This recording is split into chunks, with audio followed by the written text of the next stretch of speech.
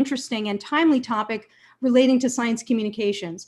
I'd like to recognize that this panel is being hosted as part of a really wonderful symposium, the Signaling Across Scale Symposium of the CIBSS Center of Excellence at the University of Freiburg. Thank you for hosting this. And this panel today, Clicks, Likes, and Preprints, Are We Entering a New Age of Science Publication? We are going to take this opportunity to address your questions about how we can be stronger scientists and stronger science communicators. What are some of the interesting, novel, innovative techniques and methodologies that we can use to communicate our science? And what are the benefits of that? And what are the costs? What are the ramifications to science and to our community? So I'd like to start by welcoming our amazing panel. And we did put together an all-star, amazing, world-renowned panel for you to hear about these topics. I'd like to welcome Ana Bigas. She's a member of the Research Institute of the Hospital del Mar in Barcelona. I'd like to welcome Susan Mango. Susan is a member of the Biocenter at the University of Basel. We also have Tobias Maier. Welcome, Tobias. He is a member of the National Institute for Science Communications here in Germany. Maximilian Heimstädt is a member of the Weisenberg Institute for the Network Society in Berlin. Welcome, Maximilian. And Theresa Schredelseker. She is a member of PEER, which is the partnership of DAISY and the University of Hamburg. Welcome, and welcome Thomas Ott. We welcome him. He is from CIBSS at the University of Freiburg. And last but not least, I'd like to welcome Bernd Pulverer, who is a member of EMBO in Heidelberg. So welcome everyone. And like I said, we're going to be taking your questions. So we would encourage you to put your questions in the chat so that we can answer your questions throughout this panel. But I want to start by asking the panel if you can talk a little bit about what you do specifically at the interface of science and research and communications, and why it is so important for scientists to communicate their science beyond academia. Talk about it. Who would like to take it first? Thomas, how about you? Please. I can make a start. Thank you very much for the introduction. So I think somehow we have a duty to communicate in science. I mean, part of the funding is public, so I think there's a good reason why we have to report to the public in some way. But I think also in my case, I see it that we don't produce a product or so. So we're doing basic research, and that's not very easy to communicate, right? If you have a product, you can show it to the public. You can show here there's something which may help you in life. But how about basic research? So in order to get acceptance in the public, I really think we need to communicate that properly so that the public really knows what we're doing in these research institutions. Thank you. And it's almost like a responsibility. It's part of the responsibility of being a scientist, of being a researcher, to make sure the public understands what we're doing. I'm going to put myself in this. I have a background in mathematics and physics, although I do not have a PhD. I just want to clarify that for the audience. But I am a nerd, so this is my jam. Tobias, tell us about your career. Tell us about where you are working and what your thoughts are about why it's so important to communicate science beyond the academic community. Yeah, thanks, Alaina. So I'm also a scientist. I'm a biochemist by training. I did my PhD, did a postdoc as well. And then I sort of switched tracks, and now I am professionally communicating science. I'm the deputy director of the National Institute for Science Communication. And our mission really is to help scientists to communicate better. So all that we do essentially is train scientists, offer them help with communicating their research to a wider audience, so beyond academia, beyond their peers. And the same question that you asked me is actually a question that I ask in my workshops. I give lots of seminars, so I ask the participants of my workshops the same question: why is it good to communicate science? And Thomas's answer is really the one that comes up first. And often the answers sort of are limited to this aspect of giving back to society or teaching society, helping the society. But I think it is also important not to forget the own benefits. So what do you as a scientist actually, how do you as a scientist actually benefit from communicating science to a wider audience?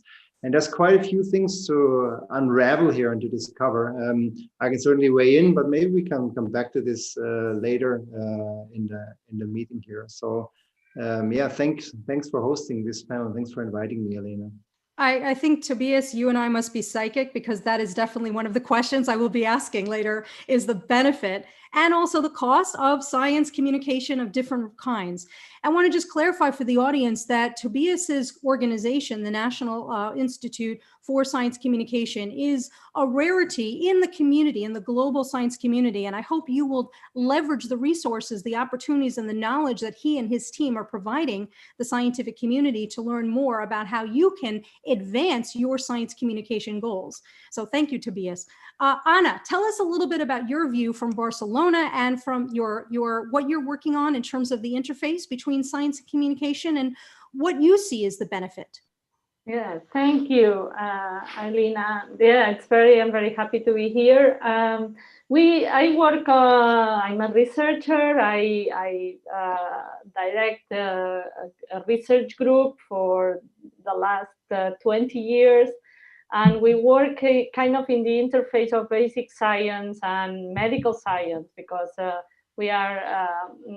so we do mainly basic research, but we also work a lot on very specific cancer types and with some of the subjects that are actually obviously very of high interest for the general audience and for non-scientific people. But I also would like to bring in the subject that I think we need to communicate. It's very important, but we also need to be careful, because sometimes after behind this communication, sometimes we are too excited about where this can get, and this gets false expectations also for the general public. I just wanted to bring that. But I think this is a great panel, and I'm really happy to be here discussing all these subjects. Thank you, Anna. And I'm glad you brought that up about being careful. And I think that's something we should address today, is how can we create a balance, and not only create a balance in terms of like when we are communicating and how and what mechanism and what type of channel, but also what are the ramifications associated with communicating too soon, communicating too much too soon on a certain type of channel. So we'll talk about that. Thank you, Anna. How about Theresa? Theresa, tell us a little bit about your interface with science and communications, and what you have seen is important about communicating science beyond academia. Yeah, I'll gladly do that. Thank you. Yeah, I'm Theresa. Hi. And actually, until very recently, I have been a member of CIBSS, and I've been doing research in on transcription factors in embryonic brain development.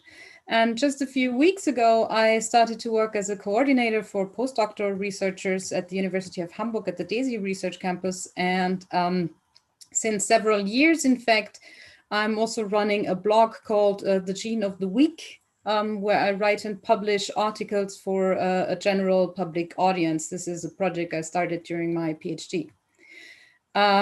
Yeah, and I mean, I think a lot of things have already been said. I think also on the institution and organization side, really the responsibility and the duty to communicate science, should, like Thomas said it, should be emphasized. And on the scientist side, like Tobias said, actually, the benefits should actually be emphasized. And maybe just to get this ball rolling a bit, maybe we can come back to that later. I think as a scientist, to communicate science, first of all, it can be incredibly fun, but you can also contribute to make this world maybe a little bit more of a sane place again. And also you develop certain skill sets, which might be really, really useful later on in your career. And also you gain visibility, of course, for yourself, your research, and you can extend your network. So I think there's actually plenty of reasons why you should communicate science. Theresa, I'm so appreciative that you brought up all these different benefits, because this is something we don't necessarily think of when we think of science communication. We think of it as like one task, or one set of tasks, I should say, that we're trying to do to communicate our research. And the benefit is associated with the research goals. But there's actually so many more benefits that we individually get when we leverage these different science communication platforms. So I'm appreciative that you brought that up. It's a very important point. Thank you. Max, what about you? Where do you work at the interface, and what are your thoughts about the importance of communicating science beyond academia? Thank you. Yeah, so I'm a social scientist by training, and I basically study other scientists and how they engage with society or with different parts of society. And maybe so I would agree to many of the points that have been raised so far. One aspect that has been missing is, I think, in the social sciences, but also in other more applied fields, engaging with society or with non-scientific actors can also help researchers calibrate their own research agenda a little bit. So not in the way that you get dictated what you should study by outside actors, but you can kind of test ideas or test new research proposals and see which topics are meaningful for which audiences. And I think that's a very valuable feature of science communications. Absolutely. Another fantastic benefit that we don't necessarily straightforward communicate to our proteges. The PIs don't necessarily say, you know, the value of communication is in two directions. As people are talking with you, as you're talking with others, you're getting ideas. You're getting ideas of how you can implement new innovations or new protocols into your experiments or into your theories or into the work that you're doing. That diversity of perspective is invaluable in science. It's a necessity. I'm glad you brought that up, Max. Thank you so much. Bernd, tell us a little bit about your view of things, especially from EMBO. What do you think about the benefit and the importance of science communication? Yeah, so maybe just as background, I'm also a biochemist like Tobias, and I've after 15 years working on two very specialized oncogenes and a sort of major single transduction pathway, which was in itself growing massively in terms of the knowledge. I sort of felt that I was getting a bit claustrophobic in terms of just being confined to this one pathway. So I joined scientific publishing actually in already 20 years ago, and I've done this ever since. And one thing that we try to bridge is the not just communication between scientists in one field or even related fields, but also scientists at large. And that's maybe one point to add to this discussion.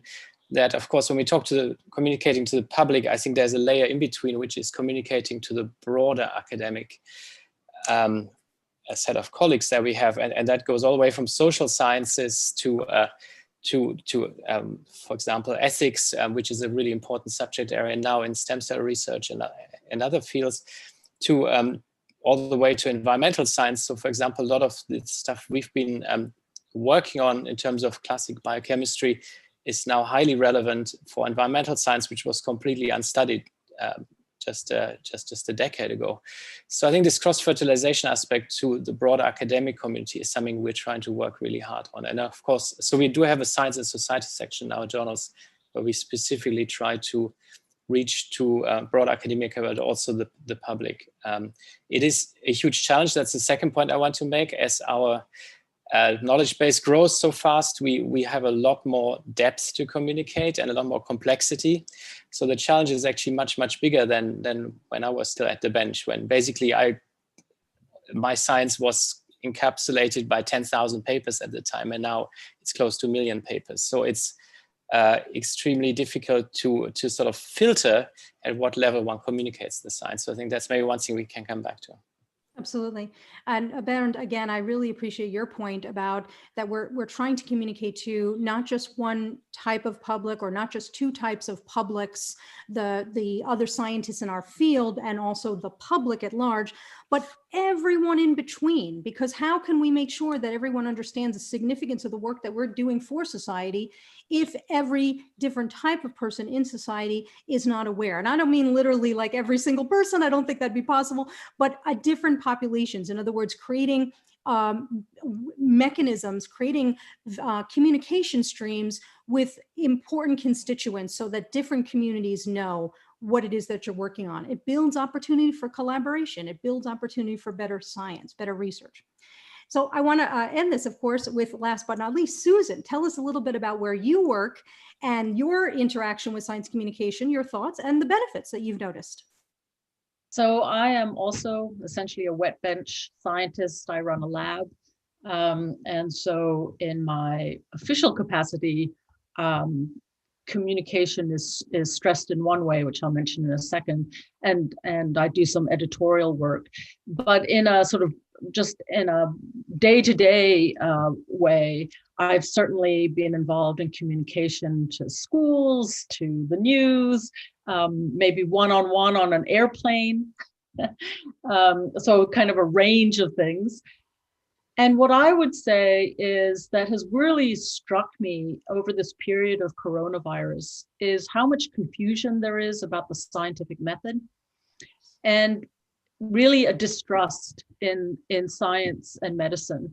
And for me, it underscored how important it is for scientists to communicate to the public so they understand why we say the things we do. So it's not just the sound bites of what we've discovered, but really how we get there and why should people trust what we say. And I think that is something we clearly need to do more of. It's been shocking to me to see how people respond. And the other pitch is that, this all starts with education. And I've mostly experienced that in the US. And I think we as scientists owe it to the public, including people who aren't going to go on and be scientists or doctors, but really everyone, that they have a foundation in science and understanding how we tackle problems and how we figure out what we know. So I think that would be, and so that is my other aspect. Certainly at the university, I teach, and I'm trying more and more to get students kind of actively engaged. So they're not just memorizing the facts that I give them, but really learning to work actively and think about science as kind of wrestling with it. So, and creating a context, Susan, am I understanding it right? For them to understand where their science fits into society? Is that part of it? Yeah. But a lot of it is kind of the logic, how one thinks through a problem and how you begin to try and put things together. I think that's a little opaque to a lot of people, and maybe is one of the reasons why people are kind of skeptical, why we see these demonstrations about, opening up cities and countries now. And I think there's a lot of confusion out there. There is. And I think what we've seen with the pandemic is it has created an opportunity for us to sharpen our skills, to sharpen our abilities, and to start developing more strategic and really fine-tuned channels to communicate our science to many different publics and populations. So I'm glad you brought that up. We will come back to the COVID question in a few moments, but I want to remind the audience, of course, you are welcome to send us your questions. You can throw them in the chat. We want to answer your questions. But meanwhile, I want to ask the question of the panel. Can you talk, before I ask you a little bit about the challenges, because now we've talked a little bit about the benefits of different types of science communication methods and even the reason to do science communication in general. Can you discuss what are some of the ways that you have engaged different science communication methods beyond peer-reviewed publications? And what has worked for you and how? Who would like to take that? Yeah, I can maybe start, and I actually want to start and pick up where Susan has left off. I think she made a really important point that it's not only about communicating the latest research results, but it's also about communicating the methods and the culture of science and what science is actually about. And also the point she raised that now, in current times in COVID, you see so many people demonstrating, so many people who are maybe, even anti-science, and it's not enough just to stand at the sidelines and, point at them and say, oh, but what they're doing is not correct. It is really, and it comes back to your first question, Alaina, it really is, there is really a need for scientists to speak up and to make explicit why is it that they, think the way they think, and what is it that causes them to be so sure about their opinions, or what is the scientific method. So I think this is a really important point that Susan made, and goes back to the question why you should actually communicate and be present as a scientist. Not everybody needs to be a master communicator, but just to take a stand, and you said like a one-on-one communication on an airplane with the person sitting next to you, or at home at the family table, that's a start. You don't need to reach out and talk to a wide audience. Now to come to your question, Alaina, I started, I think 12 or 13 years ago with writing a blog. That's how I came into science communication. I was a postdoc. I was living in Barcelona, actually in the same building. You can probably even see my lab from the background of Ana Bigas. It was on the 5th floor on the hospital wing, so I know exactly where.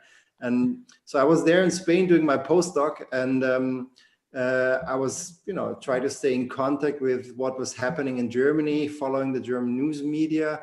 And I was frankly annoyed by how German news media reported about stem cell research. People were getting a voice that had nothing to do with stem cell research, and they had no idea what they were talking about. So I found a blog as sort of a channel to vent my anger in a way. And that really sort of, one thing led to another. I now published more than 500 articles there. I started being on Twitter also around that time, 2008 or 2009.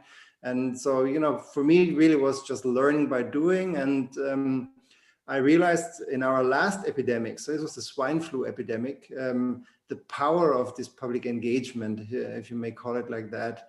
In a couple of months, that was, I think, September, October, November 2009, I had 200,000 readers of my blog, and this is an order of magnitude at least bigger than what I will get people reading my academic publications, and they were not bad either.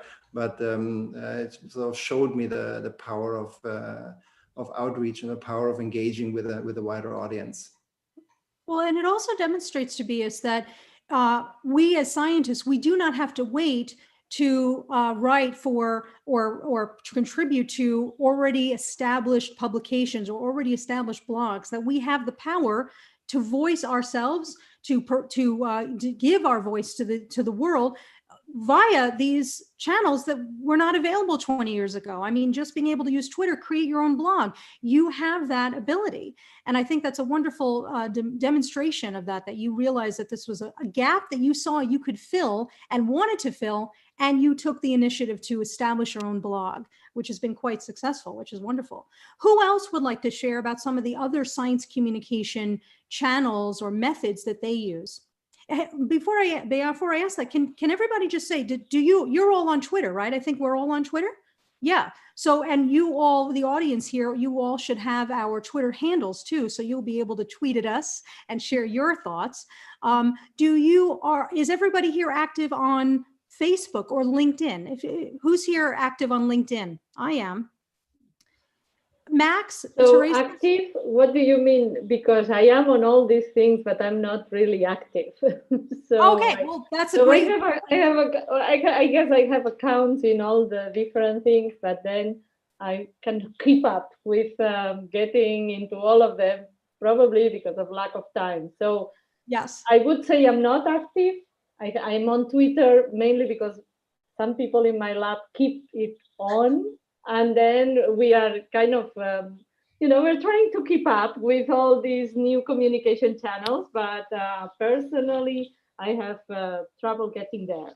It's very difficult. And we are going to talk about how to actually manage that and build that into your career and your job so that you're still doing the science and you're not in a time sink where you are on Twitter posting 30 hours a day. But who else wants to share some of the other channels? Bernd, did you have a thought? Well, I just wanted to add one aspect, which is maybe a bit old fashioned, but I think it is great to be much more engaged with the classical media also. So there's a lot of extremely good broadsheet science coverage. I mean, especially in Germany, it's still very good, but many European countries have still dedicated journalists who often come from the bench themselves, actually.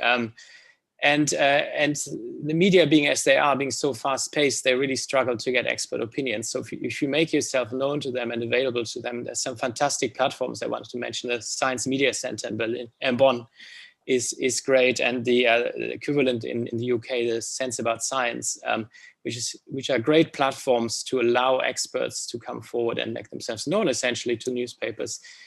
Because they love to go to experts rather than non-experts, but they're sometimes so much under time stress that they go to the wrong people essentially and amplify messages, as we've seen with COVID, for example, that are misleading or plain wrong. So I would strongly encourage that. And maybe one other sort of niche aspect to mention is that it's not really just beyond the research, the peer-reviewed research paper. I think where we can communicate much better is also in terms of the process, as Susan mentioned, the scientific process, we can lay that open. So one thing we've tried at our journals is to lay the whole peer review process open in a transparent format, because we have this scientific exchange between scientists in this very dynamic, critical commenting fashion, which is sort of really, really amazing to the public that this happens in such a constructive and intense way. And we just decided to publish all of the referee comments with our research papers so that people can see the whole dialogue of what led to the revisions in the paper and what ultimately led to the publication. And I think that's a really enriched form of communication that gets at Susan's point of communicating the process itself. Very, very important to be able to do that. Are there any other thoughts on this question?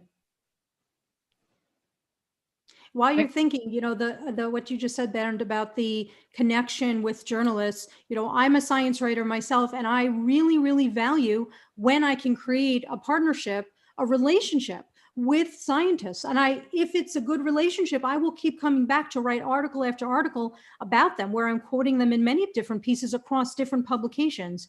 So being able to know that that is a very useful use of your time, and it's also a very useful way of delivering the value that you want to deliver to the community through communications is something we can think about, another aspect we can think about.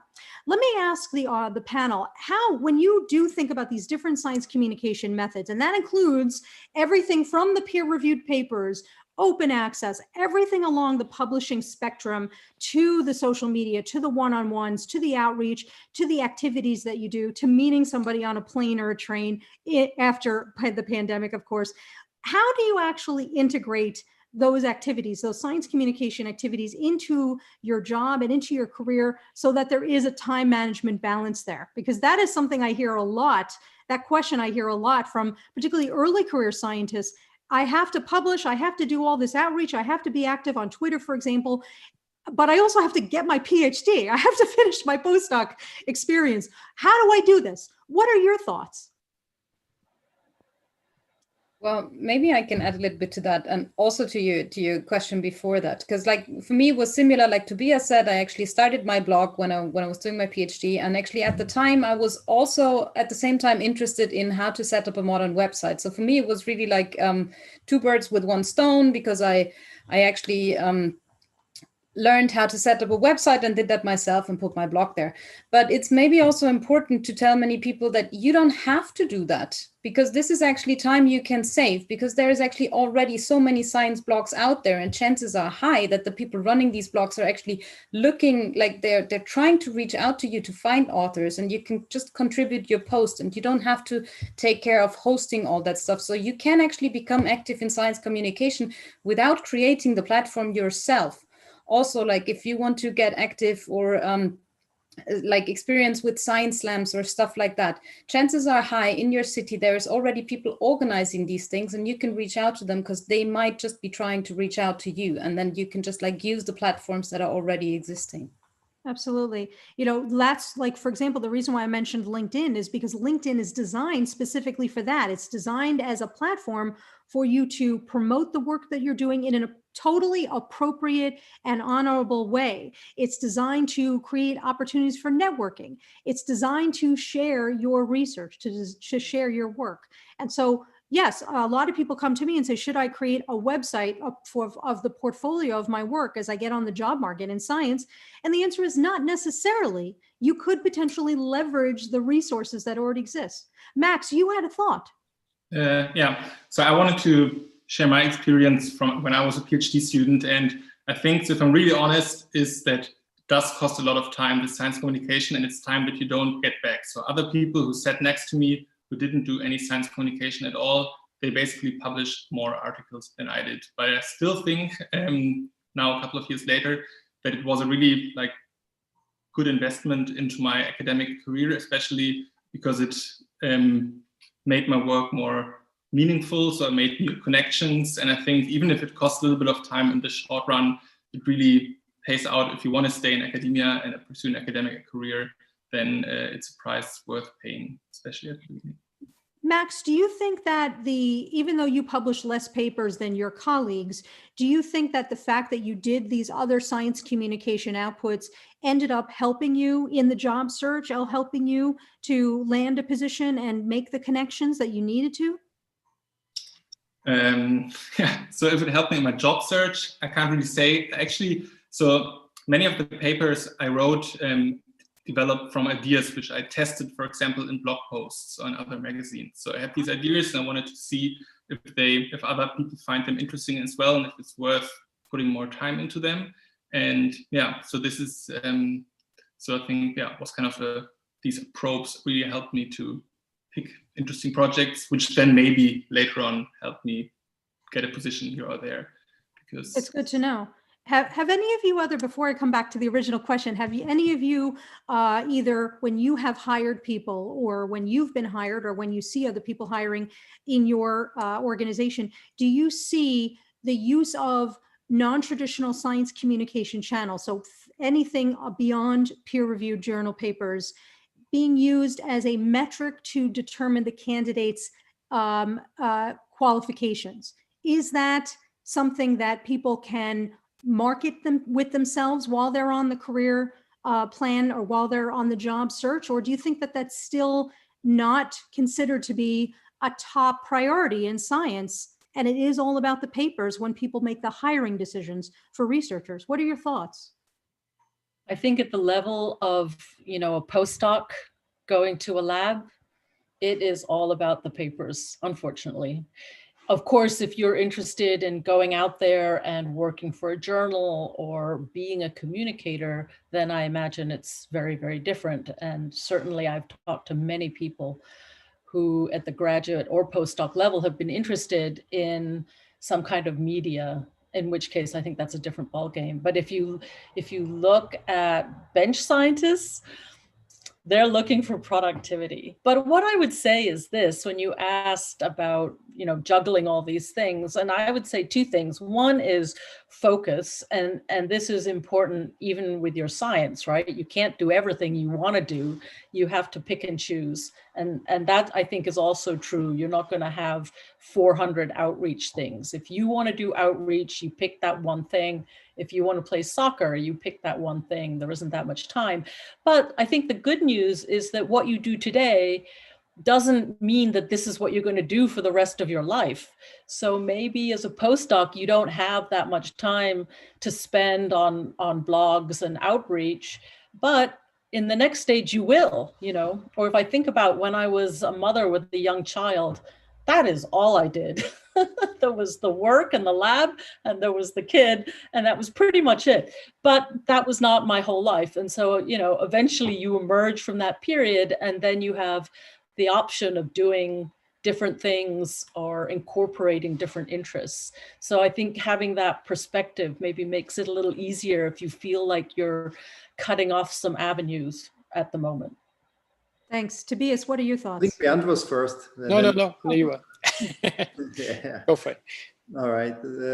I think we established with the first question that communicating to a wider audience is important. And yes, publishing papers is also important. So both things are important. I think the question asking, how do you manage your time is maybe not the right question to ask. Maybe the question is, what could be an incentive system that would allow scientists to do both, to publish academically and to engage with a wider audience, to sort of, have this foothold in society that people are aware of it. So right now it is just as Susan described, as a postdoc, you better publish your papers if you want to continue a career in academia. And so, you know, this is an ongoing debate, an ongoing discussion. What could be incentives for scientists? There's, you know, there's a few sort of hints and here and there. There are a few, even some papers that show that, for example, say your paper being mentioned on social media channels correlates with the number of citations this paper receives at a later stage. It's a correlation. It's not a causative relationship, possibly, you know, but it could be. And, you know, contrary to what Susan was saying, and this is anecdotal, but I heard it now a couple of times, that in hiring decisions, when it comes to hiring, you know, junior group leaders, for example, hiring committees, in fact, do pay attention to outreach activities of scientists. I'm not saying this is the deciding factor, but I'm saying that, you know, if you have two equally qualified candidates and you have one with a good public profile, this is something that, you know, might actually tip the balance. Because a scientist with a prominent public profile, in a way, also advertises for the faculty and that she gets hired for, and also for the university in total. And I think, so, you know, that's one example how this could actually play a role. But now I think Bernd and also Thomas wanted to say something to that. Yes, Bernd.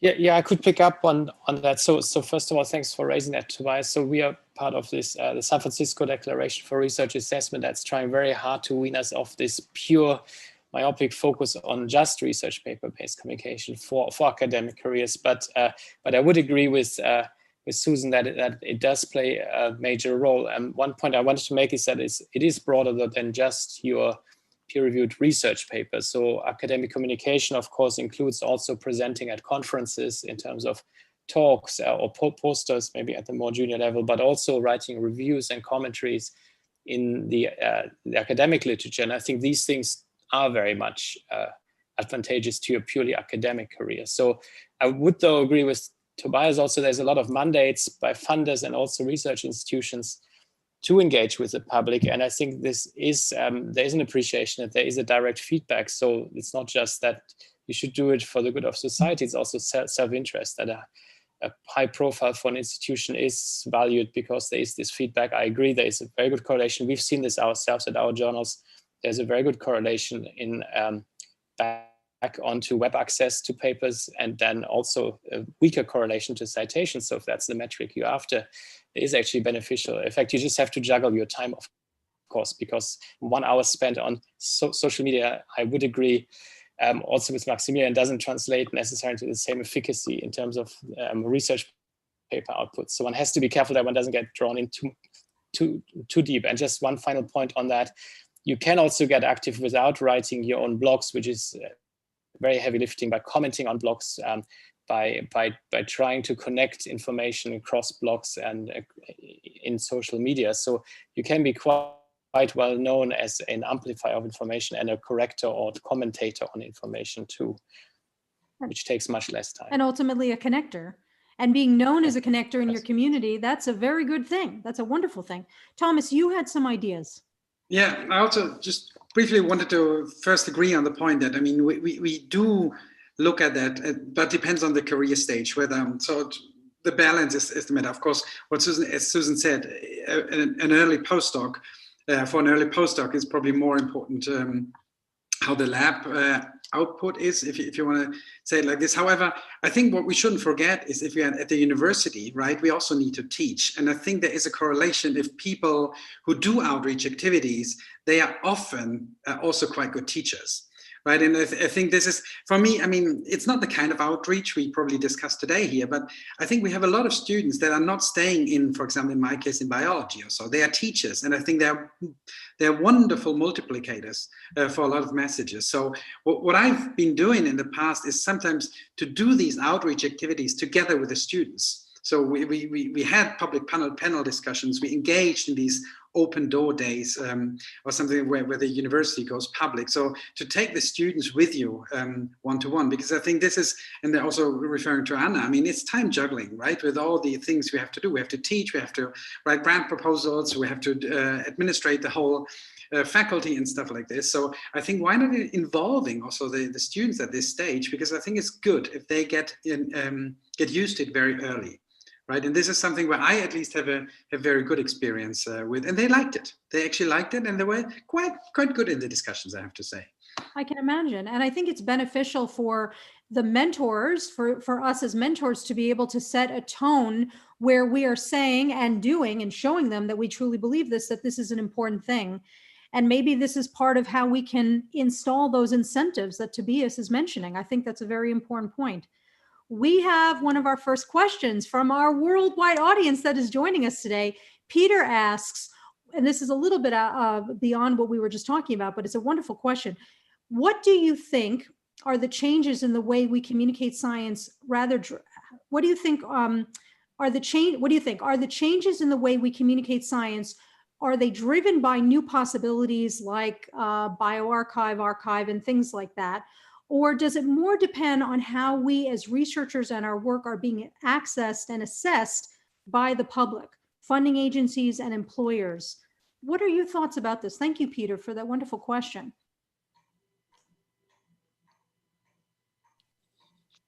I could take that if you want. So since it was specific on preprint servers, so we are working very much with preprint servers, and we're very excited by the potential. I think it's less at the moment, just being very pragmatic, it's less driven by your advantage in terms of the job market, if you want, or the research assessment. It is really driven by accelerating scientific knowledge sharing. You post your preprint, you get comments back on it, and that works actually very, very well. You get comments back and you improve your own work, and you have a much easier ride into a research journal ultimately. So we see it as a very synergistic process with the scientific publication process. I don't think that now we're trying to work hard to make this count for research assessment. We have a formal citation standard now for preprints. We are pushing hard to have it included in CVs. At EMBO, we are also educating our selection panels to make sure that they take preprints into account. But of course, it's harder for them because they have not, usually don't have the time to read the preprint de novo, basically. So they rely on the proxy metrics, if you want, of journal name and impact factor and things like that, because it's simply extremely hard to evaluate 300 applicants. We're trying to work out on mechanisms how to achieve that. I think we have to be much more professional about research assessment by outsourcing it to more people and dedicating more time to it, because it's so core to the academic process, basically. But I do encourage very strongly to share via preprints, because we see in the biosciences, it really helps the people that do it, actually, and the feedback is overwhelmingly positive. But don't expect this to completely change your CV. You do still have to publish your papers in named journals, I think, at the moment. Yes, but just to clarify, because we are joined by a worldwide audience, some of whom are very early in their career, can you define preprint so that we know what we're talking about today, please?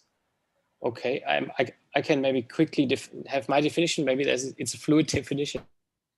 We define preprints actually, and that's quite important. There's actually several layers. So there is platforms for sharing of structured and unstructured data, which are extremely important for sharing research data usually with colleagues. The preprint is actually a research paper that's published before it has been fully peer reviewed and edited and revised. So it's a paper on its route route to the journal, but it's the acceleration happens because it hasn't gone through rounds of revision and peer review, which can take a lot of time.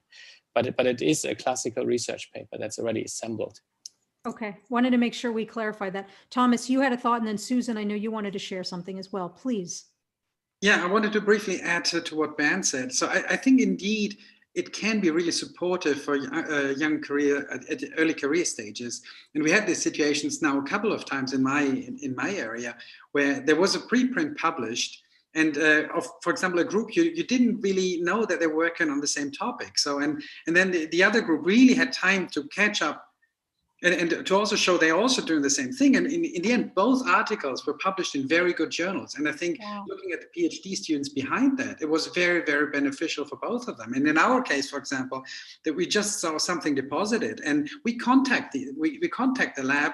Yeah, we also put hours on our work now on bioarchive. And then I think it's mutually beneficial for both sides. And in the end, it's mostly the early career researchers who are first authors, for example, on these preprints, and they can benefit. But it requires a certain scientific culture of fairness. And I think this is something where we have to very strongly argue for. Yeah, it's not that you take it as a shop, you go through and just grasp whatever you can and you never release your own data there. But if people do release it and we can force it a little bit, I think, then it is very beneficial for everyone, I think. So the health of the preprint of the community utilizing preprint servers and preprint communication methods is dependent on the individuals in that system. It's dependent on a honor system. Would that be fair to say, where we are not going to steal ideas? We will potentially, if we see an idea that sounds similar to ours or sounds like it could be beneficial to us, or our idea could be beneficial to them, that there's an honor system, a code in place whereby we know that if we post something, we can expect other people to approach us for those mutually beneficial relationships. Would that be fair to say? Susan, what are your thoughts about this? Well, I thought I'd take a quick step back, and for people like grad students and postdocs who haven't published a lot, I think where a lot of this comes from, certainly bioRxiv and some other journals, is the frustration among scientists that a paper, particularly if a paper goes to a top journal, it can take a year to get it out. So from your first submission to where it's finally coming out can take as long as a year. And so for scientists, we're kind of stuck, because on the one hand, you want the papers in the good journals, particularly to help your students and postdocs in their career. And on the other hand, you have to go through this rigmarole, which is completely frustrating. So to answer the original question, I think this really comes from the frustration of scientists who want to get good work out there, help their people move along in their career, and not be beholden to Cell Nature Science and some of these top journals asking for more and more and more data. And so we love bioRxiv, I have to say. I think it's great. I really hope it can be something that is cited and that counts. I think it can help in people's job applications, for example. Having a paper on bioRxiv shows that there's a real paper there. It's not just sort of, oh yeah, we're preparing this thing, But as Thomas said, it does require this trust. And I can think of one case already of from the Murney lab, where they thought that a hypothesis that they put forth on bioRxiv was then picked up by another lab and published at around the same time, but was a little fishy. For us, it's been good because we've done the same thing Thomas has done, coordinating with another lab that we did not know was working on something that we were working on. So I agree, it really depends who you're working on. And so I have to say, if we have something really, really hot, we probably wouldn't put it on bioRxiv, which is really unfortunate. And I hope by having bioRxiv be, something that you can cite and count for precedence, then I think people will more and more be willing to put all of their work on bioRxiv. Again, amplifying the reputation and essentially the brand name of bioRxiv. And of course, a brand is not a logo or a cartoon character or a tagline. A brand is a promise of value. So knowing that there are papers on bioRxiv, not only is the science sound and innovative, but that this is a legitimate place to communicate science, and that is perhaps can be put into the formal incentive and evaluation process when we go on the job search and when we are looking at promotion and tenure. Very important things to think about. Not refereed, so that's what you have to cope with, right? Yeah, so that's a challenge. And Bernd, you had another thought? Well, Alaina, I just wanted to be clear. So the promise of value, you just have to be very clear on this. So bioRxiv does not promise per se value. That's what journals do through the peer review process. So it has to be recognized as a platform that is, of course, legitimate and serious. But that's the whole purpose of preprints, that's pre-evaluation, that's saving a lot of time. I mean, the problem of scooping is really important, and it's putting a lot of people in the biosciences off. And the dynamic there, the trust system, you come from mathematics, where scooping, the word simply doesn't exist. And in physics, where preprints were invented 30 years ago, and the whole community everybody has grown up with preprints. the whole concept of scooping, it takes 10 minutes to explain to physicists what this even means. And the reason is, of course, in biosciences, you can often repeat work very fast. It's just you're fishing in a big pond. Once you have the connection, you can actually reproduce the data much faster than often in physics. So this is a real issue, but I just wanted to make one point, is that journals can also help actually diffuse the situation. So one very simple thing that we, for example, has done is to apply a scooping protection, what we call scooping protection policy, to the day of preprint posting. So when you post your preprint, you will not be rejected for other people publishing papers on the same subject. So you can basically sort of take the time, and we apply this also during the revision process at the journal. So we want people to post and then to take the time to go through the process properly and actually use journals in a positive way by improving their science to take it one notch up. And sometimes that takes no time, sometimes it takes a lot of time, but we want people to be reassured that they won't get rejected in the middle of that process, because it can ruin their careers, and rather do the experiments properly. So there's very simple things we can do, and it's not damaging to the journals, to anyone. Science is published all the time, back to back, by several labs. In fact, that's great, because it shows that the data is probably real and that the conclusions are right. So we have absolutely no problem with reproducing science. But there is a value system, you're right. In physics, it works, and people have explained this to me again and again, that there is a very strong value system associated, that once you stake your claim on a preprint, you out yourself, so people don't post rubbish on preprints, because it's visible to everyone with your name associated. So it's self-filtering. But once you've posted, you have staked your claim. So others can't just say, oh, we had the genius idea, because it's already out there. So it goes into both directions. But it still has to embed in biology, but it's happening fast. With COVID, what has to be said, there was a huge accelerator in preprint posting. Theresa, you had a thought, please. I just wanted to ask back, because I'm generally interested, because of all that what Bernd just said, and the scoop protection. Like, why would Susan say that maybe a super hot story she wouldn't put on a preprint server? Because I mean, like I don't know, can we discuss that, or can I ask Susan like what she thought? So for some, I think it's fantastic if you guys are doing that, Bernd. Not all journals behave that way. So some of the top journals, you submit a paper, they like it, they send it out for review, and during that whole process, which, as I said, can take up to a year, someone else publishes something, they will turn you down. So wouldn't it help then to have it out as a preprint already? Well, if you're speeding up your competitor, then no. So I think having this attitude that once you've submitted and the journal has agreed that this is something that they're interested in and they're reviewing it and so forth, that there isn't this possibility of someone coming in and sort of basically scooping you, that would have a big impact. But at the moment, people get very nervous, because during that whole review process, there are even cases of people getting a paper to review. This is the seedy side of science that you don't want to hear about, right? But you hear these terrible stories, right? Someone hears about something at a meeting, or they hear about it, they see a preprint, something, and it clicks for them, and they think, oh, this explains my data. And then boom. So if you've put a lot of work into a project, naturally, the poor person who's worked on this, and I have to say, usually it's the first author that's in the real bind. The senior author has other papers, but the first author, this is like their life. And if they suddenly get completely hammered by some other lab, this can be the difference between getting a job and not.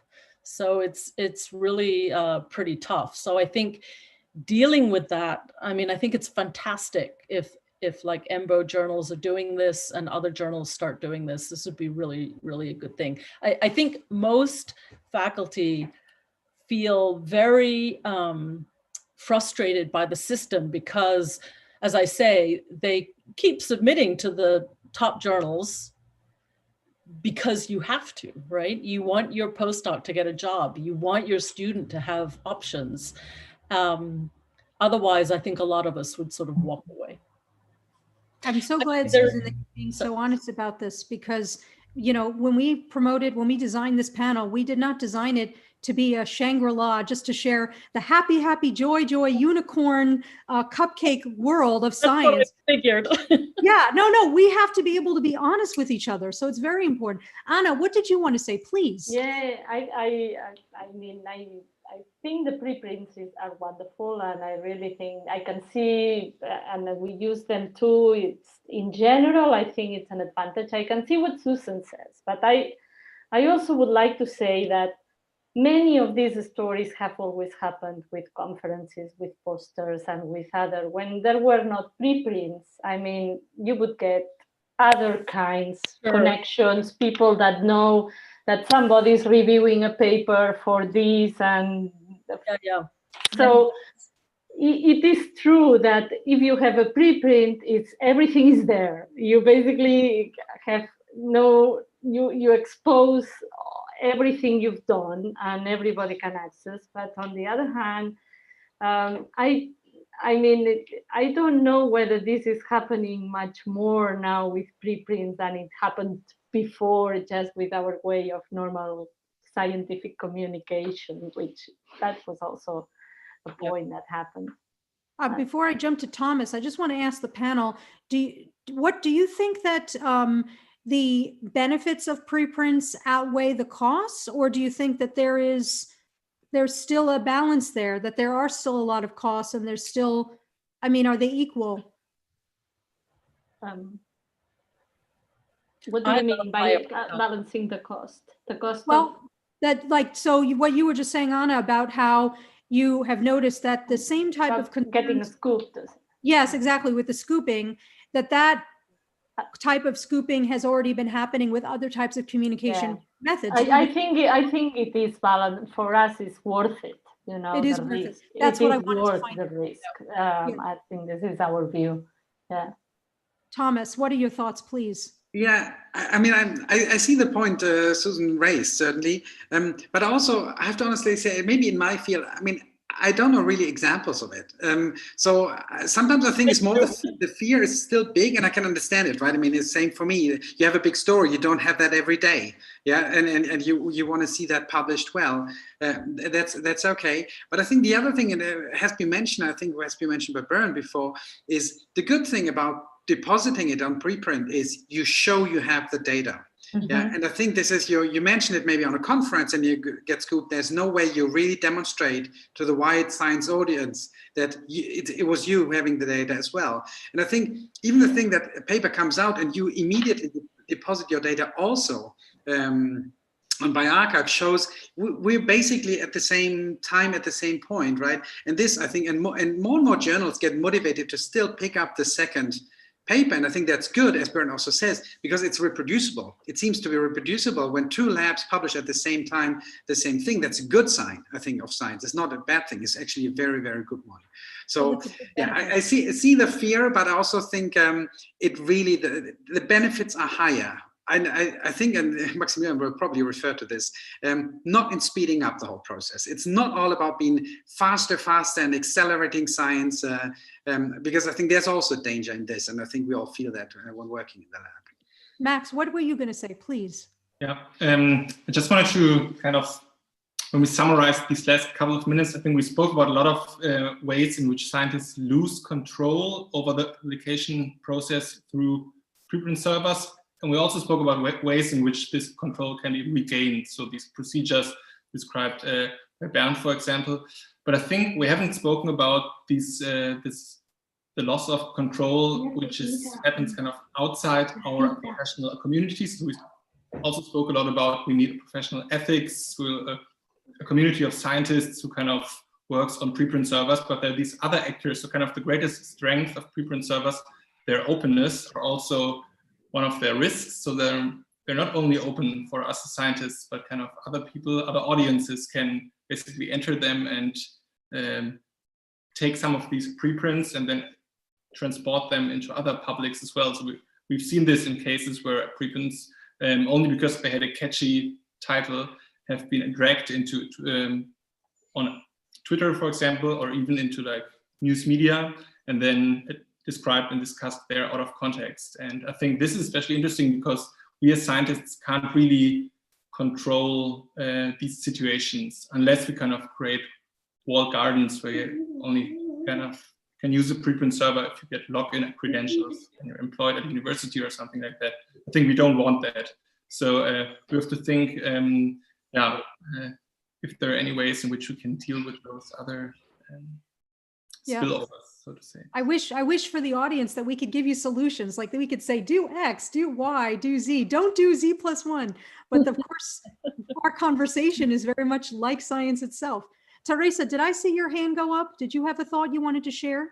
Oh, not really. I think Bernd and Thomas wanted to add to that, but maybe I can add another question I would like to address to Bernd, maybe, because I came across in an interview with an editor of a scientific journal, I forgot which one, but he said that basically it became part of his daily routine to scan preprint servers and basically check for articles and then reach out to the authors and say like, hey, I mean, I don't know where you submitted that to or if you already did, but would you like to consider like submitting this to our journal because we think it's a nice study. So I wanted to ask Bernd if he maybe can confirm that many editors are already doing it that way.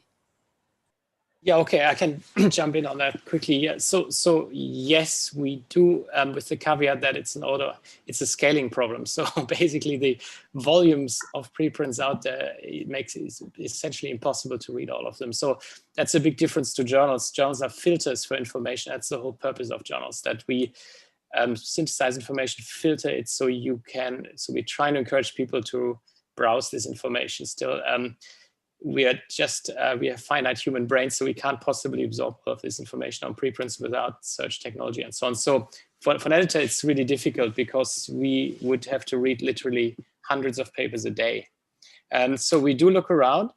And one interesting mechanism I can share on that, which we've started to do recently, is what we call the reviewed preprint, the refereed preprint. So we basically add the referee comments that we publish with our papers that we acquire at the journal level back onto the preprint versions of the paper. That's really good for the preprint because it adds sort of an independent evaluation to the preprints, and they're fully marked from which journal they come from too. But it's also really valuable for papers that we don't end up accepting for various reasons, because they're posted with those referee comments on preprints, and other journals can then come in and say, oh wow, there's already these referees on the paper. I can contact EMBO Journal and get the referee names from EMBO Journal, and maybe I come to a different conclusion. So it's a great marketplace for you to basically share your preprint with the wider community, but also with other journal editors. We find pragmatically that most of the preprints where we contact authors have already been submitted to a journal. So most people in the biosciences submit when they submit to a journal at the same time, which is sort of one step away from physics where people post beforehand. But it's understandable given the speed and this worry of scooping, I think. So that's to answer your question on that. In terms of the misleading, that's a very important point Maximilian made, of course, for certain subject areas in particular, and COVID is a good example. Again, misleading the public with preprints, that is a big issue. And I think, again, as a community, we have to become a little bit more proactive in commenting on, so all preprints allow commenting. And I think all respectable journalists will look at comments also before they start to blindly cover preprint, but you can't expect them to interpret the preprint themselves. So you do need to get active if you find a preprint. Of course, again, a scalability issue here, but if you do come across a preprint, share it with your friends, with your colleagues, and do rise up to the challenge of setting misleading preprints straight. You can also contact the preprint server if something is seriously misleading. They do retract preprints. If you can document that they're flawed or intentionally misleading, they do retract preprints. Again, a part of the responsibility of being a responsible scientist, of being a member of our community. I wanted to take a question from the audience. We got this really important question about communications in the pandemic. So this person asks, are you more eager to communicate your science or scientific concepts since the pandemic has started? Has outreach become more of a priority to you personally? And I'd like to also relate that to another related question, is how has the pandemic changed how you do and approach science communications, both again from publishing in a peer review to the preprints to everything beyond that and to social media? Who would like to take this one to start? I can start. I think, at least from my experience in the pandemic, I think I haven't changed very much my approach to communication and what I dedicate, but I can see that a lot of people are more interested in knowing about science, because of course now everybody is depending on this virus, this vaccine, how they do it, what's the steps, what are the steps to get there. So people are actually, I can see a lot of people who wouldn't be probably that interested in knowing what, for example, what is RNA or what is the difference between a vaccine or another. Now they are very, they want to know, people who are not scientists. So in a way, I see that this has, I think, it has awakened a lot of people for getting more interested in scientific issues. And do you think that it's beyond just virology and epidemiology? Do you think it also, like, there's a benefit in that more people are interested to learn about other areas of biology, other areas of science in general? Yeah, I think people are interested in knowing something that they feel that it's, close to them. And probably people who are sick, or they have some special disease, they're very interested in knowing all the details about this. Or now with the pandemic, this is exposed to everybody else. But I think this brings people to get more interested in many other general issues in science, which is, in a way, I think that benefits a little bit the community and everybody, because of course it's very different to communicate to people who are really interested in knowing, or to communicate to people that don't really care because they think it's not that, absolutely not going to change their lives. So, Thomas, you had something you wanted to say, please.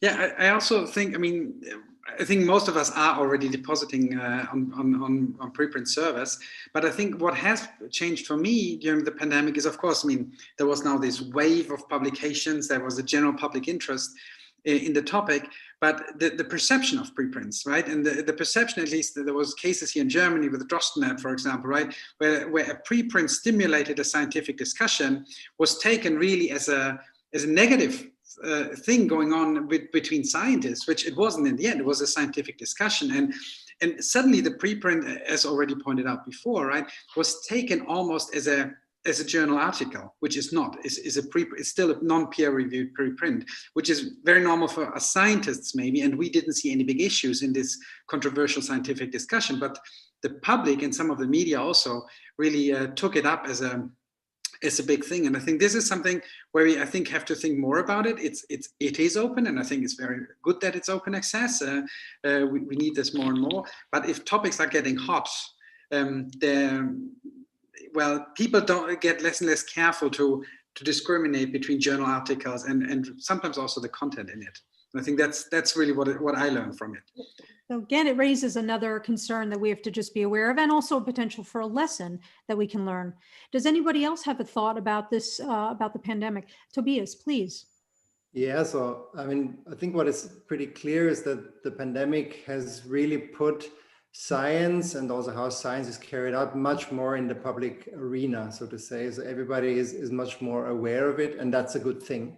It just means that science is more a part of everyday culture in a way, and I would love this to continue after the pandemic, so that we're not only discussing about viruses and the latest epidemiological numbers of the pandemic, but also about other things. And it has a few other side effects, a few other effects. One is, for example, also that scientists themselves might realize that it's not enough to just talk in the same way they would talk with their colleagues about science, that they cannot talk in the same way when they talk to a more general audience, that they actually need to adjust their communication style. Yes. it may cause funders to consider this aspect more, or to actually give more importance to outreach and the understandability of what people are actually doing research on.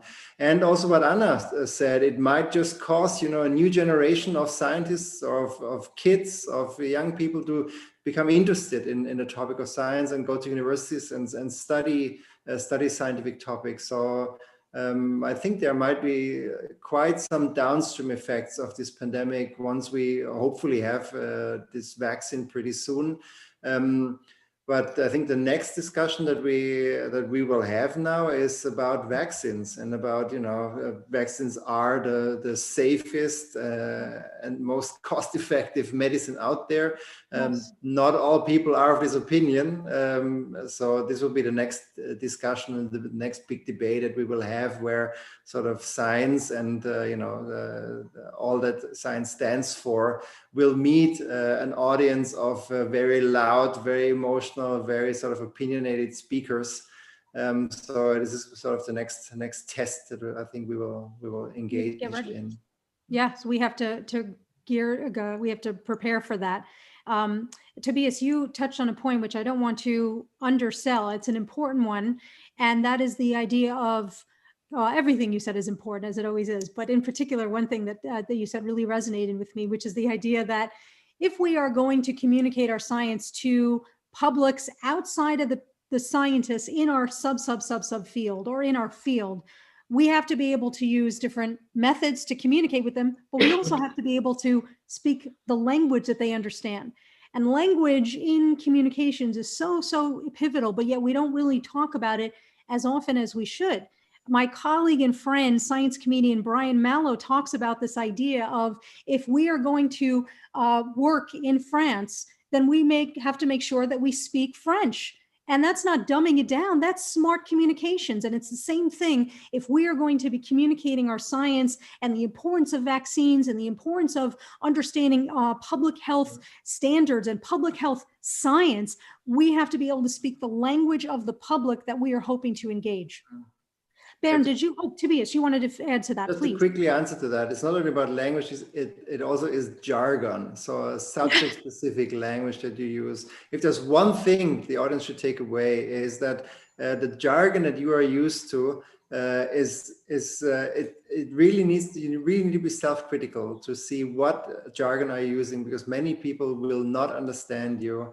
And it's also not about just, communicating everything in one go, like, pushing it down the throat of your target audience. But it's okay to start with a little piece that might, be relevant for your target audience. And then they might have questions out of interest, and you actually engage in a dialogue on eye level. And I think that should be the goal. It's not about, shoving it all out there and saying, this is all we do, but communicate in little bite-sized pieces. Very important. Thank you.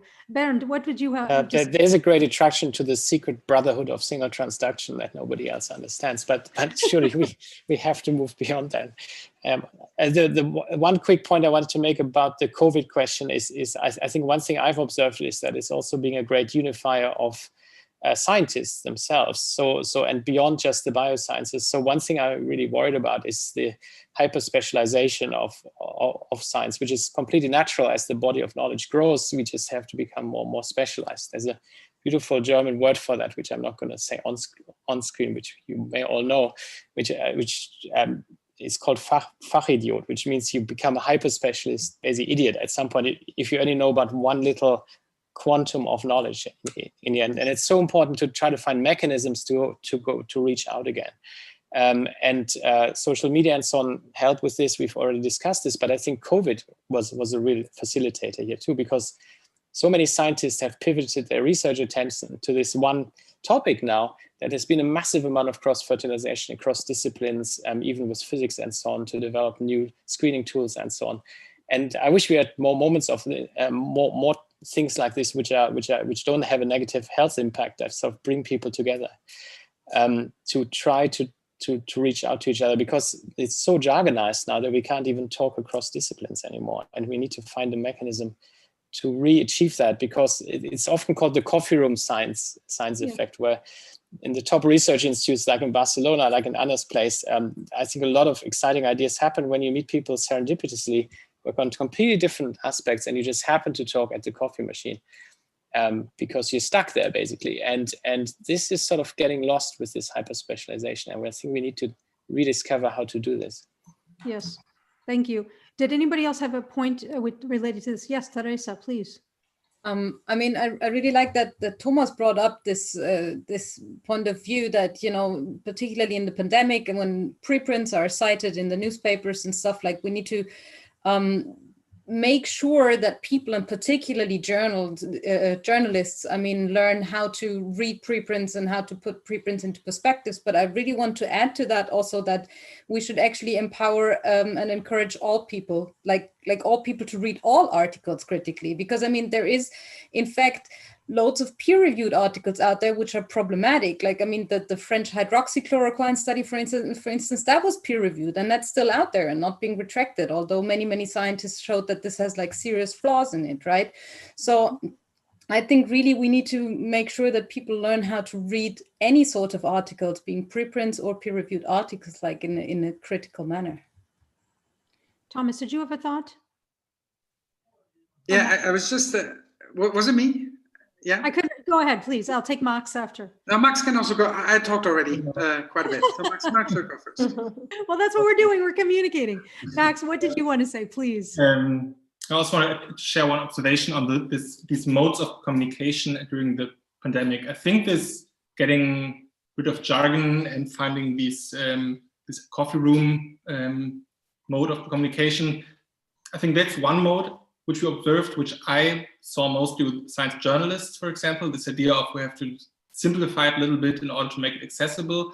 But then I think what we also saw is what you could call this looking behind the curtain mode of science communication. I think that's sort of new. So especially in the case when Christian Drosten in Germany was talking about these preprints, he was emphasizing in every interview the incompleteness of science and the messiness, and that although he's asked very important questions, basically he also can't answer them and has to use a lot of gut feeling.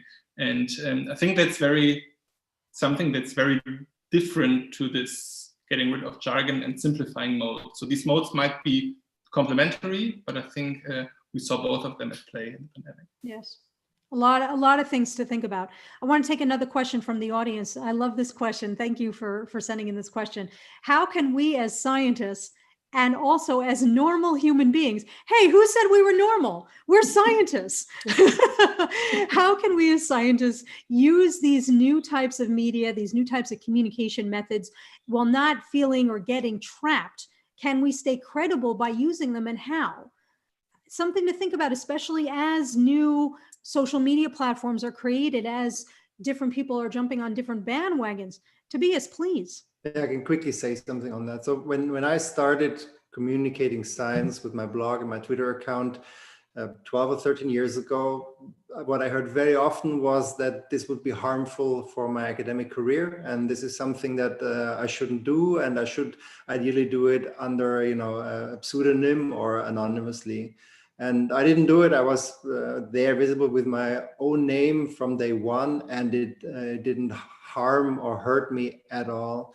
I saw a recent poll where they asked this question of, does the social media use harm your academic career? It's still 33% of the scientists who they asked who think that, but the numbers are going down.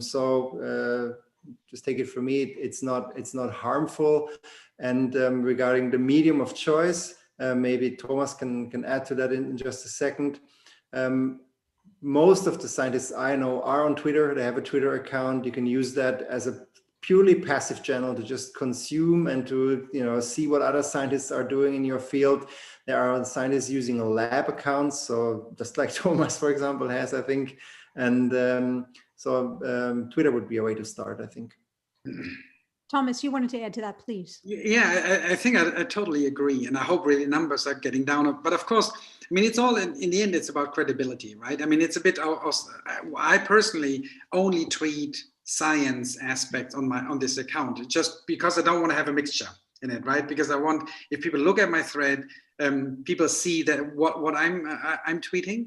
So I think this can sometimes also cause a little bit of confusion if there's a very mixed private scientific communication in there. But I think at the moment, and that really refers to what Theresa said, it is also a way of really pointing the finger maybe on some manuscripts that went through peer review, but there's major flaws in it. What happened? I mean, that happens in science, unfortunately, but it happens. And I think this Al-Shebli story, I don't know if you've seen that in Nature.com, about mentorship, this very problematic study, is I think a very good point where a community suddenly jumps in. It's also all short messages, but just raise serious concerns and makes a journal, hopefully, carefully looking at the science behind this, not only at the conclusions, which are really ridiculous, but the science and the way it has been done. And I think for this, Twitter is fantastic. I mean, it's very fast. Yeah, people get engaged to it. It's not really scientific communication, but it helps us to clean up a little bit as well. And I think that's also important if things go wrong, and they certainly sometimes do. I just want to clarify for the audience what we're talking about in case you're unfamiliar, and you can Google it as well and look on Twitter. It was a paper that came out, I think, like about a week ago in Nature Communications about the role and the role of female mentors versus male mentors in scientific career development. And it was considered to be a very sexist paper and a very potentially damaging paper to the community. And as you said, Thomas, people on Twitter started screaming, tweeting about it. This is not right. And it wasn't just opinion. They were offering their scientific expertise to support, right, their facts, their data to support why this study was flawed. And now what's happening with the paper? Have they withdrawn it? I wasn't aware of the latest, you know? I think it's still we'll have to look on Twitter to find out. They're still checking it. And I really want to say, it's all about, I mean, the conclusion is one thing, but we shouldn't retract papers just on conclusions. We have to look at the science behind it. Yeah, absolutely. And this seems to be also, this is very problematic analysis. And anyways, yeah, I agree on that. Yes. Does anybody else want to address this particular topic before I take one last question and then we do our final statements today? No, just as a quick remark, like particularly when putting preprints into perspective, like, because what I hate is that when people then oppose it to like peer-reviewed articles as being this sort of like sacred things, then, you know, you have a preprint and that's preliminary and all, and then, but it's not a peer-reviewed article yet because then it's rock solid and will be valid forever. And this is certainly like not the case. This is not how science works. And I think this should be taken into account. Absolutely. And Susan, what did you want to say, please? I just, something that's not clear in my mind, and if other people have an answer, you know, as somebody else said, there is a lot of discourse and often a lot of disagreement in science, and that's the nature of what we do. But I do think that is probably confusing to the public about when is something settled and when is it not settled. And if there's a lot of disagreement, should they not believe anything at all? I don't think I have an answer for that. I've tried to explain it to people, you know, how there will be a consensus at some point. But it's still, I think, a difficult thing to get out to the public. So for something like coronavirus, the notion that there's, you know, things being sorted through and being figured out and people aren't agreeing does not mean that we don't know anything, that we don't come to consensus eventually. And I think that's a hard distinction sometimes to make. I don't have an answer for that. So, and it's again part of it's a lesson, it's an opportunity for us to be sharper and to identify that this is a gap that we can help fill as scientists and as science communicators. Yeah. Does anybody else want to share a point about this? And then I'll go to finish up. Tobias, please. Because it loops back nicely to what Susan said in the beginning, it really is about the culture of science, to communicate that too, so that people understand that how science works. And I think one of the actors of science communication are science journalists. They were also mentioned before, and it is particularly also their job to, you know, be literate enough in a way to be able to distinguish this and to get the voices heard that are the voices of reason, and not just for the sake of a controversy, amplify voices that basically make unscientific claims, or claims that are unsupported by evidence or unsupported by basically the scientific consensus. Yep. Thank you very much. All right, we have a few more minutes to go, so I'm going to give you our last question, but the question that I'm going to ask you is actually it's superb in the sense that it actually gives us the opportunity to use this as our final statements for today. So Susanna asks, how can we motivate our students to be interested or more interested in science communication? How can we teach them that this is important and how to do it well? So I'd like to use that as the prompt for our last statement today. And if we can go around the room, so to speak, go around the earth to give our ideas about that. Susanna, thank you for that great question. Who would like to start with that, answering that question as a way to leave our panel today about science communications? It's something I think about while you're thinking. I want to just share with the audience. It is something that I think about a lot because it again is our responsibility and our role, and honestly our honor as scientists, as established members of our field, of our community, in our discipline, in our profession, to make sure that we are telegraphing to our charges, to our students, to the people who are earlier in their career than us, that this is an important thing. If we want to change something, we have to change it from earlier in time. And the way to do that is to teach our proteges that this is an important thing and show them that we consider to be part of the incentive program for their evaluation. Thomas, you would like to start, please. Yeah, maybe I take the answer from the experience I made when discussing controversial aspects of science with the students. Let them have their opinion. So I think we should not try to change opinions all the time. I mean, we can convince, right? But I think as soon as a student gives an answer, has a controversial opinion, and we start barking, I think that doesn't help at all, because any criticism or criticism per se or fear to technology, for example, is first justified in my point of view. We then have to look why people fear that. Yeah, but I think if you take the students with us, help them in their first steps into science communication, yeah, and motivate them by this engaging in this, I think that's the best way to do it, and not immediately try to convince them of my opinion. I agree. Thank you. Theresa, could you tell us your thoughts and give us your final statement, your ideas today, please? Yeah, sure. Yeah, I mean, well, I think I'm actually in my work, I'm trying to encourage early career scientists to like get engaged in communications and stuff like that. And I try that with like explaining to them all the benefits I think that can have. And like we talked a little bit about that, what are the benefits? And while I also embrace all the efforts, you know, to set incentives, like, and have this incentive system that Tobias was talking about, I also think we should maybe ask that maybe science communication is not for everyone, and not everyone has to be a science communicator, right? I mean, there can be scientists which are not doing any outreach work, you know, and that's fine too. So I don't think any scientist now should think, okay, this is another thing I need to have to check all the boxes on my CV, right? So now science communication is another thing I need to have on my CV. No, maybe not, right? Yes. But so I think it's really only worth, because then it's not worth, then it's basically a waste of time. But if you think it's worth for you, and if you think like you have fun doing that, then I think the good news also is, and maybe I want to close on that, the good news is that science communication as a professional field is, I think, very much growing. And yes, for instance, the PR departments of universities, they're hiring, and they're hiring more and more people, and they're actually quite fond of hiring people who have been active researchers before. Absolutely. So I think this is the good news. And if you start that, it might also, you know, sharpen your profile towards having a career later on in science communication as a professional field. Thank you for bringing that up. I want to just be mindful of the time. We have about 3 minutes left, and I want everybody to be able to share their final thoughts.